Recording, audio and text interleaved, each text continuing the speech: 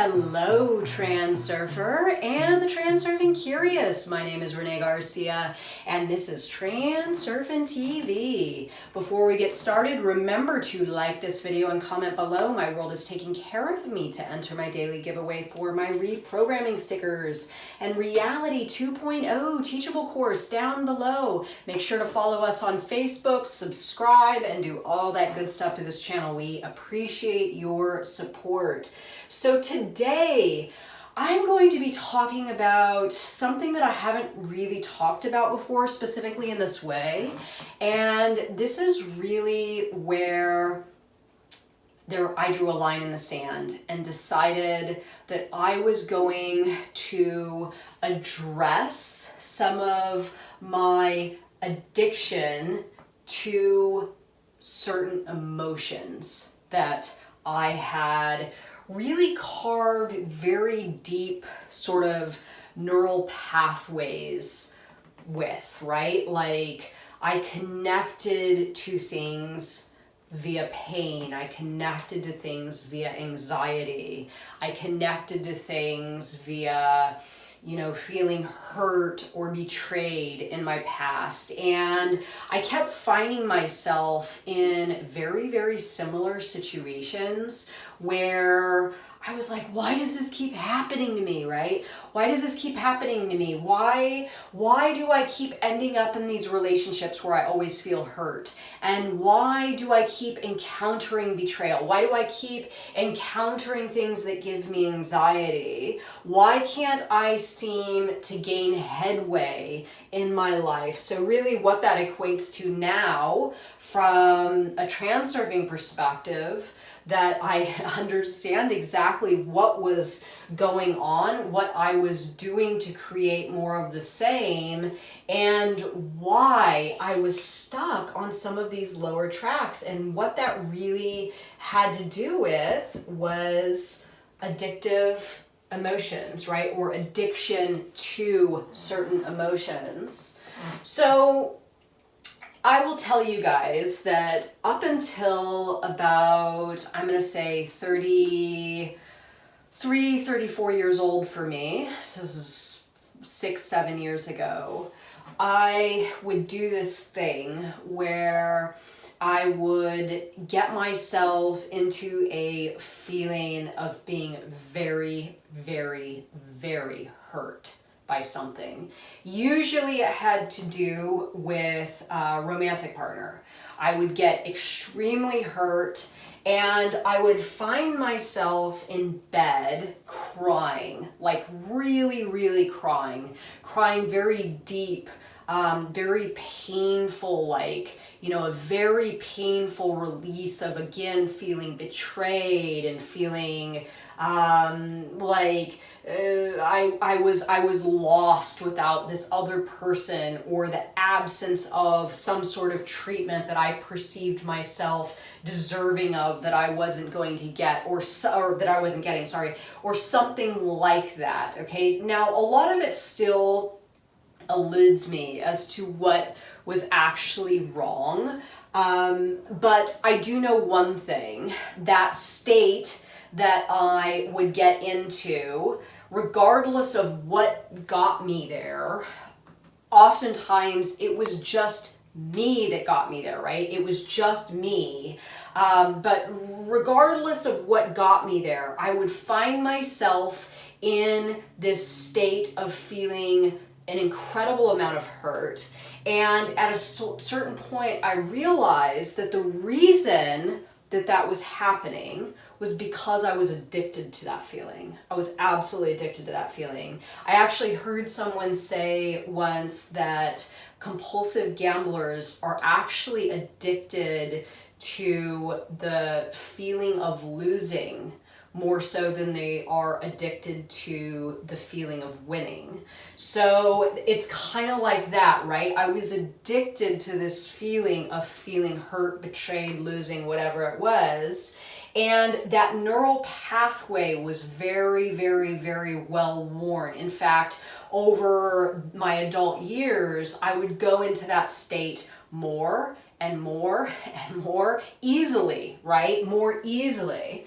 So what happened from a transurfing perspective is that I was resonating with some pretty low stuff. Again, hurt, betrayal, feeling less than, feeling like I was missing out, feeling as though something was wrong with me, all those kinds of things. And I was resonating very, very, very deeply with them.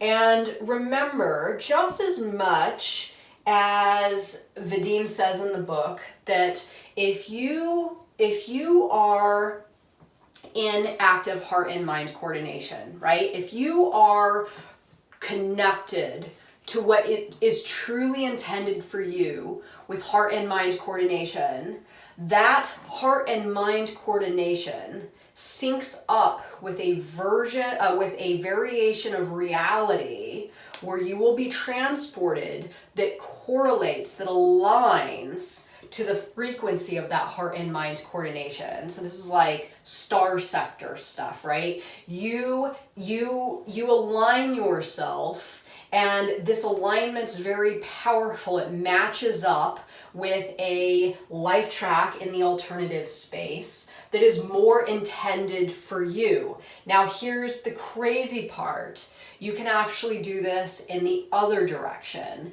And I know this is going to sound weird, but in that state of betrayal, hurt, depression, all that negative stuff, I actually felt an extreme amount of heart and mind coordination for this lower frequency stuff. So what happened was I connected with and stayed on certain lifelines that corresponded to that negative heart and mind coordination.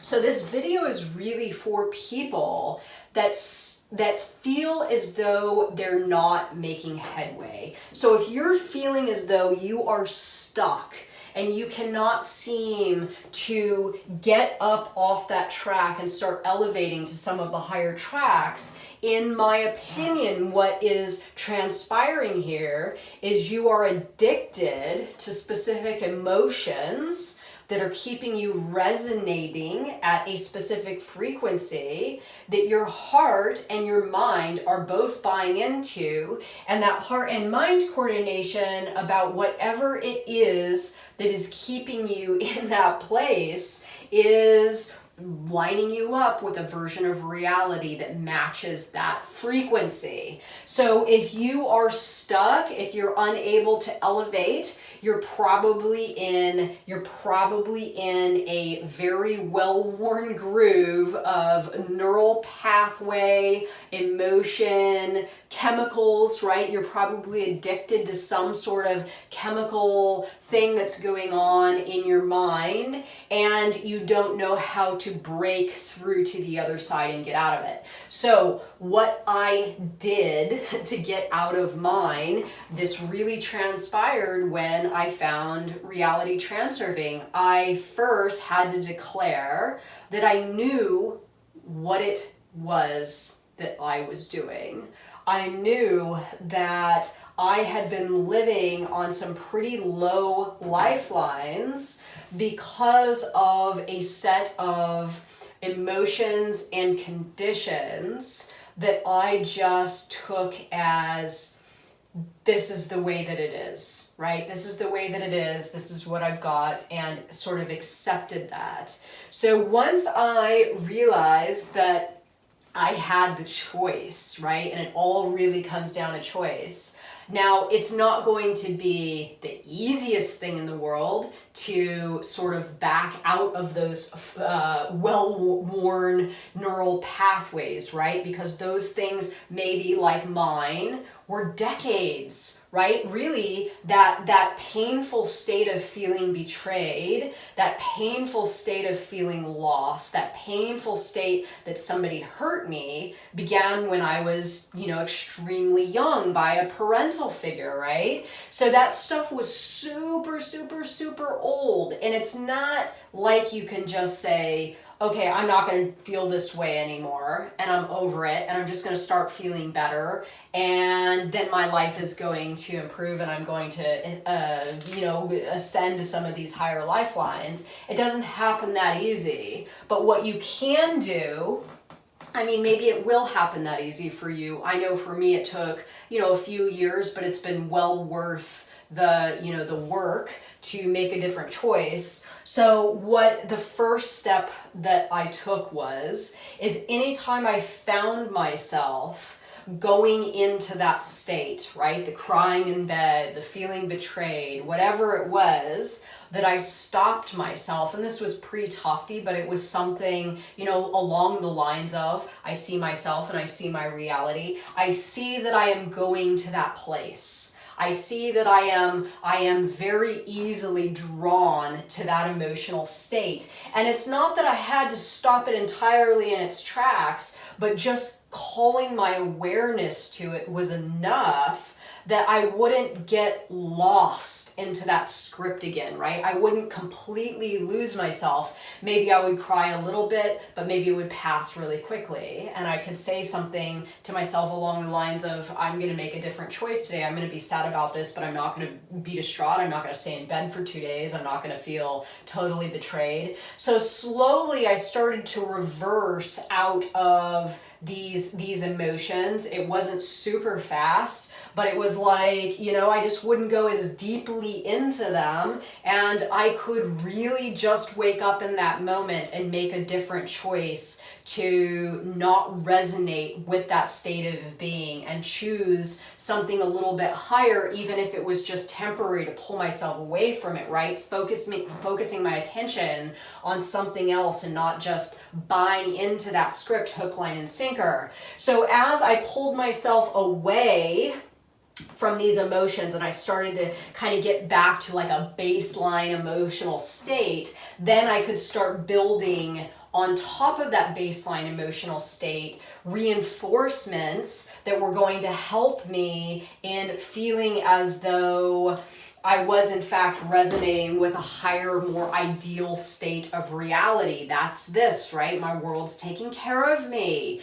My last breakup, I really, really did not go to the place that I had gone before because I had this. My world is taking care of me. Everything's going according to plan. Things are working out beautifully and will continue to do so with ease. So instead of doing the mistrusting the world, oh my God, I'm wrecked. Oh my God, I'm devastated. Oh my God, why am I always hurt all the time? Blah, blah, blah, blah, blah. I reverse out of these emotions and my world's taking care of me. Everything's going according to plan. Advantage. Continue to focus on the positive. And sure enough, I changed the direction that I would typically head in to a more suitable one. And it's really that simple. Now, it takes practice. It's not something that's just going to happen overnight. But again, the quickest way to reverse out of an emotional state of being that is no longer serving you is to convince yourself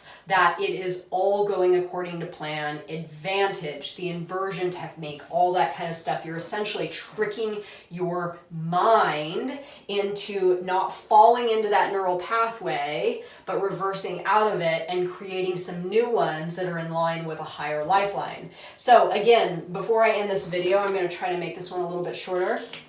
What are some of these lower states of being? Anxiety, right? Depression, anger,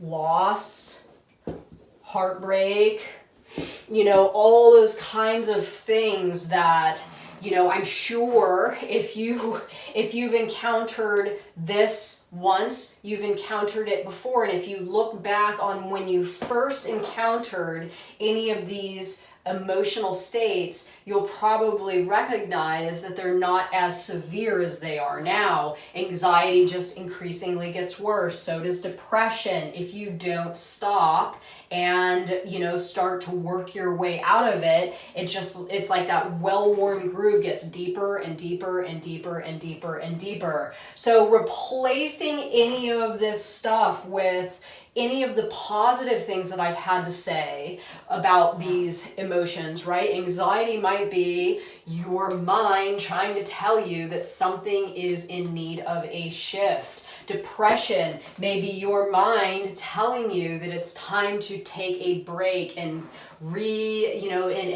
gather yourself in your thoughts and maybe move in a different direction. Anger may be an emotion that is stemming from you not listening to your higher self. Oftentimes when we don't listen to our higher selves and we stay sort of connected listening to those lower versions of ourselves, the consequence is emotional upheaval of some kind, loss. If you're resonating with loss, you're going to experience more loss. Remember, whatever you are feeling, your reality will deliver to you exponentially more of the stuff, more of the events, the people, and the circumstances to create more of this emotion. So, be cautious of your mirror when you're thinking of these things as well. So, I know this is a little bit... this is a challenging one, right? This is a challenging one, and I'm curious to hear your thoughts on it. Are you continuing to give into addictive emotions, or are you addicted to certain emotions, or are you addicted to a state of being that is no longer serving you? And what can you do today to acknowledge that you're doing this and start the work of reversing out of that well-worn path, creating a new path to something higher and better? So let me know your thoughts on this one, everybody. Remember to like, subscribe, and comment below. Have a good day, everybody. Bye.